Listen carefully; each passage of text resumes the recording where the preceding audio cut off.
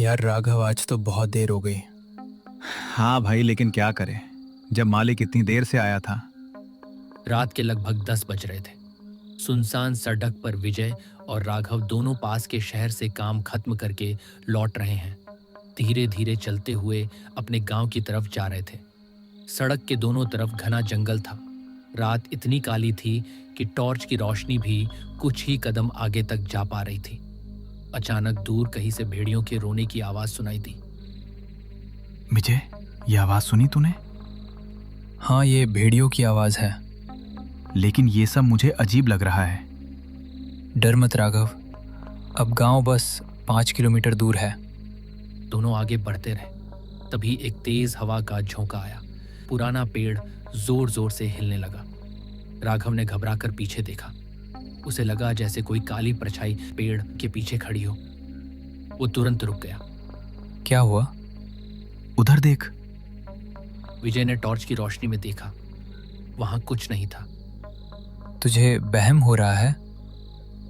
राघव चुप हो गया, लेकिन उसके मन में बेचैनी बढ़ने लगी थी। कुछ दूर चलने के बाद दोनों ने देखा कि सड़क के किनारे एक पुराना ढाबा दिखाई दिया। ढाबे के ऊपर एक टेढ़ा बोर्ड लगा हुआ था। उस पर धुंधले अक्षरों में लिखा अजनबी ढाबा। ढाबे के बाहर एक लालटेन जल रही थी। उसकी पीली रोशनी अंधेरे को चीरने की कोशिश कर रही थी। अरे, ये ढाबा कब बना? मुझे नहीं पता, मैंने तो आज से पहले कभी नहीं देखा। दोनों हैरान थे। वे कई सालों से इसी रास्ते से आते जाते थे, लेकिन आज तक यहाँ कोई ढाबा नहीं था। चल चाय पी लेते हैं। पता नहीं क्यों मुझे ठीक नहीं लग रहा। अरे यार, तू तो हर बात पर डर जाता है। विजय हंसते हुए ढाबे की तरफ बढ़ गया। मजबूर होकर राघव भी उसके पीछे चला गया।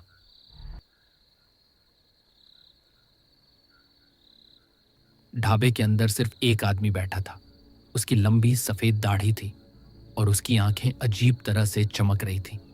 वो चुपचाप दोनों को देख रहा था। नमस्ते काका।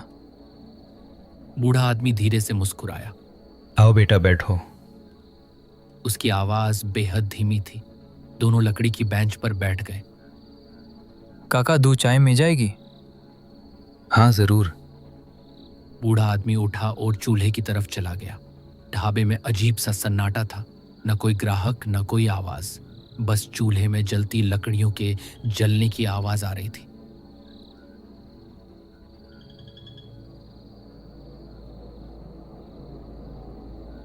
लो बेटा। दोनों ने चाय पीनी शुरू की।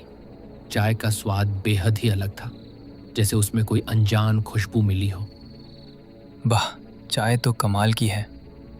बूढ़ा आदमी फिर हल्के से मुस्कुराया, लेकर उसकी मुस्कान देखकर राघव को अजीब डर महसूस हुआ।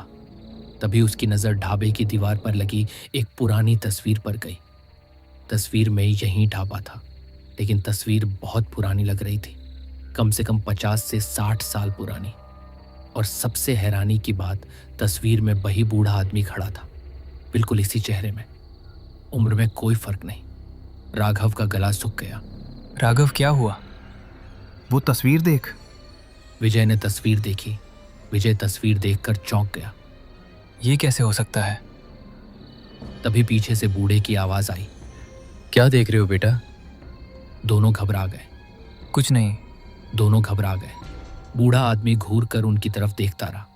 अचानक बाहर तेज बारिश शुरू हो गई। बिजली कड़की। एक पल के लिए पूरा ढाबा सफेद रोशनी से भर गया। और उसी पल राघव ने कुछ ऐसा देखा जिससे उसके होश उड़ गए। ढाबे की खिड़की के बाहर कोई खड़ा था। एक औरत, लंबे बिखरे बाल, लाल कपड़े और उसका चेहरा पूरी तरह काला। राघव चीख पड़ा। कौन है उधर? विजय ने खिड़की की तरफ देखा, लेकिन वहां कोई नहीं था। क्या हुआ? वहां एक औरत खड़ी थी। बूढ़ा आदमी अचानक हंसने लगा। धीरे धीरे फिर उसकी हंसी तेज होती चली गई। दोनों के रोंगटे खड्डे हो गए। तुमने भी उसे देख लिया? किसे? उसे जो हर रात यहाँ आती हैं। ढाबे का माहौल अचानक और डरावना हो गया। बाहर बारिश लगातार तेज होती जा रही थी। बिजली की चमक में जंगल और भी भयानक लग रहा था। बाबा, आप क्या कह रहे हैं? इस रास्ते पे बहुत लोग आते हैं बेटा, लेकिन सब वापस में ही जाते। विजय और राघव के चेहरे पीले पड़ गए। मतलब? बूढ़ा आदमी कुछ नहीं बोला। उसने सिर्फ ढाबे के पीछे की ओर इशारा किया। दोनों ने मुड़कर देखा। अंधेरे में कुछ कब्रें दिखाई दे रही थी, बहुत सारी कब्रें जिन पर नाम तक नहीं लिखे थे। और तभी ढाबे के पीछे से किसी औरत के रोने की आवाज आने लगी। धीरे धीरे आवाज और तेज आने लगी। पूरा जंगल उस आवाज से गूंज उठा। राघव की सांसें तेज हो गई। विजय के हाथ कांपने लगे और उसी समय ढाबे का दरवाजा अपने आप खुल गया। ठंडी हवा अंदर आई। लालटेन जोर जोर जोर से हिलने लगी और दरवाजे पर वही लाल साड़ी वाली औरत खड़ी दिखाई दी। उसका चेहरा अब भी अंधेरे में छिपा हुआ था। वह धीरे धीरे उनकी तरफ बढ़ने लगी। ढाबे वाला बूढ़ा मुस्कुराते हुए बोला, लगता है आज उसे नए मेहमान मिल गए हैं। ढाबे के दरवाजे पर खड़ी लाल साड़ी वाली औरत एकदम स्थिर थी। ताज बारिश की बूंदें उसके शरीर से आर पार गुजरती दिखाई दे रही थी। उसके लंबे बाल चेहरे को पूरी तरह ढके हुए थे। बिजली चमकती तो एक पल के लिए उसका चेहरा दिखाई दिया। बेजान काला और आंखें पूरी तरह लाल। विजय, चल यहाँ से अभी। हाँ चलो राघव, जल्दी भाग। दोनों दरवाजे की तरफ दौड़े, लेकिन जैसे ही बे उस औरत के पास पहुंचे, अचानक एक जोरदार हवा का झोंका आया और लालटेन बुझ गई। पूरा ढाबा घने अंधेरे में डूब गया। सिर्फ बाहर चमकती बिजली कुछ ही पलों के लिए रोशनी देती थी। उसी अंधेरे में किसी की भारी सांसों की आवाज सुनाई देने लगी, जैसे कोई उनके बिल्कुल पीछे चल रहा हो। राघव ने हिम्मत करके पीछे देखा। बूढ़ा आदमी ढाबे में से गायब था। वो बाबा कहाँ गए? रोशनी पूरे ढाबे में घूमी, लेकिन बूढ़ा कहीं दिखाई नहीं दिया। अचानक वही बूढ़े की आवाज उनके कानों में गूंज उठी, बेटा, मेरे ढाबे से कोई खाली हाथ नहीं जाता। दोनों ने इधर उधर देखा। आवाज हर तरफ से आ रही थी, जैसे ढाबा जिंदा हो गया हो। राघव, जल्दी भाग। दोनों बारिश में ही बाहर निकल आए। रास्ते में पानी तेजी से उबर रहा था। चारों तरफ घना जंगल और अंधेरा। बेबिना पीछे देखे दौड़ने लगे, लेकिन कुछ ही मिनट बाद राघव अचानक रुक गया। ये कैसे हो सकता है? विजय ने आगे देखा।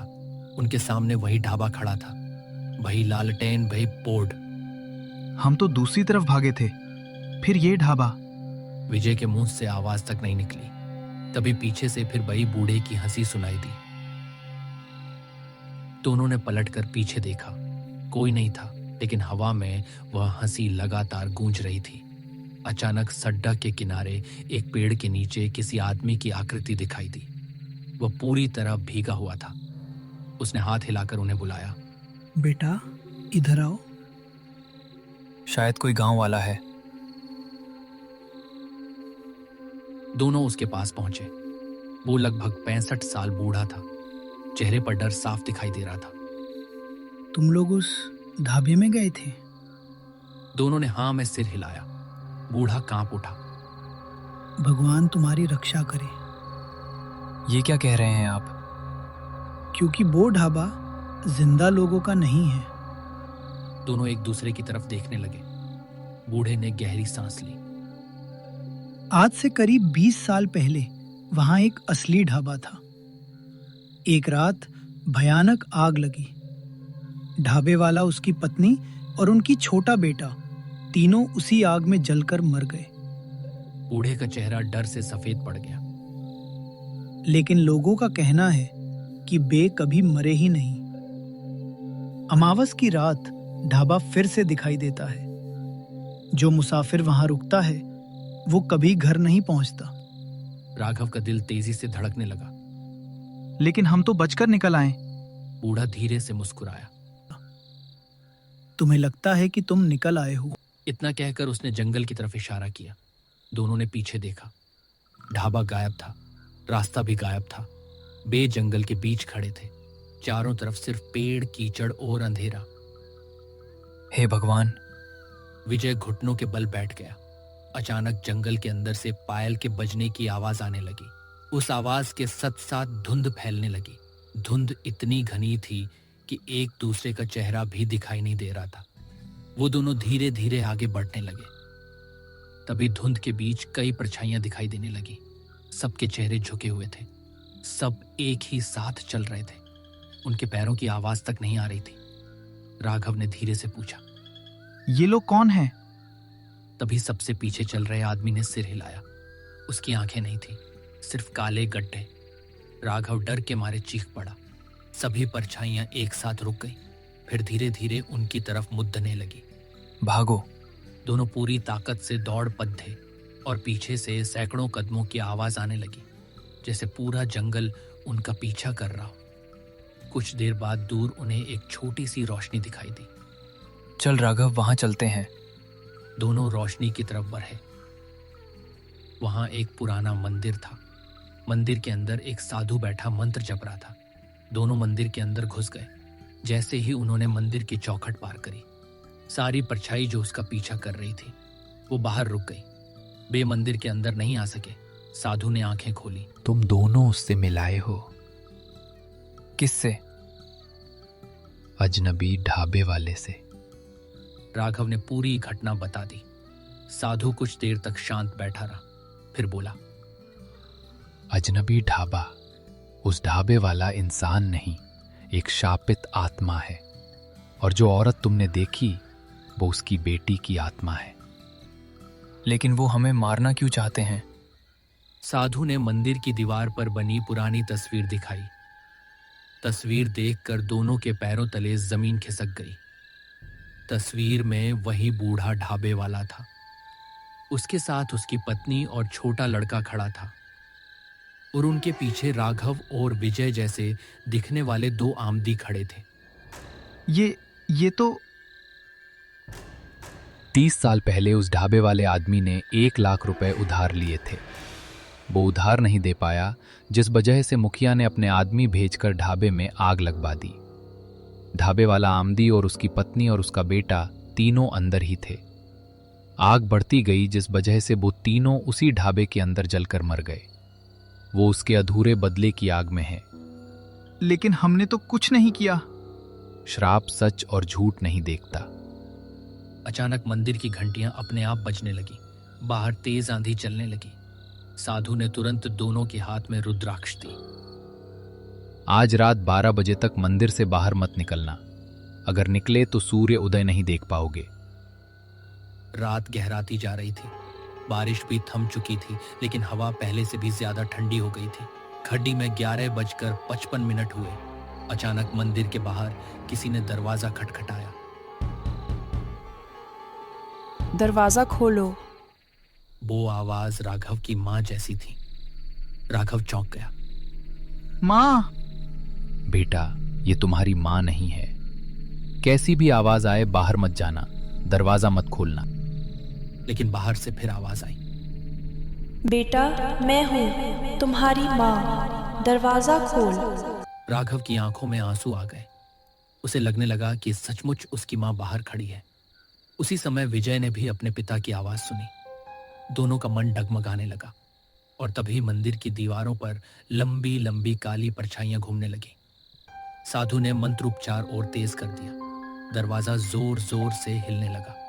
ऐसा लग रहा था जैसे बाहर सैकड़ों लोग उसे तोड़ने की कोशिश कर रहे हो। अचानक मंदिर का दरवाजा आधा टूट गया। दरार के बीच से वही बूढ़ा ढाबे वाला दिखाई दिया। उसकी आंखों में आग जल रही थी, और उसके पीछे लाल साड़ी वाली वही औरत खड़ी मुस्कुरा रही थी। बूढ़ा धीमी आवाज में बोला, आज की रात तुम दोनों मेरे ढाबे के आखिरी मेहमान बनोगे। ये सुनते ही साधु ने जोर जोर से मंत्र जाप चालू कर दिया। मंत्रों की तेज आवाज सुनकर उन दोनों का शरीर पिघलने लगा, और वो दोनों वहां से गायब हो गए।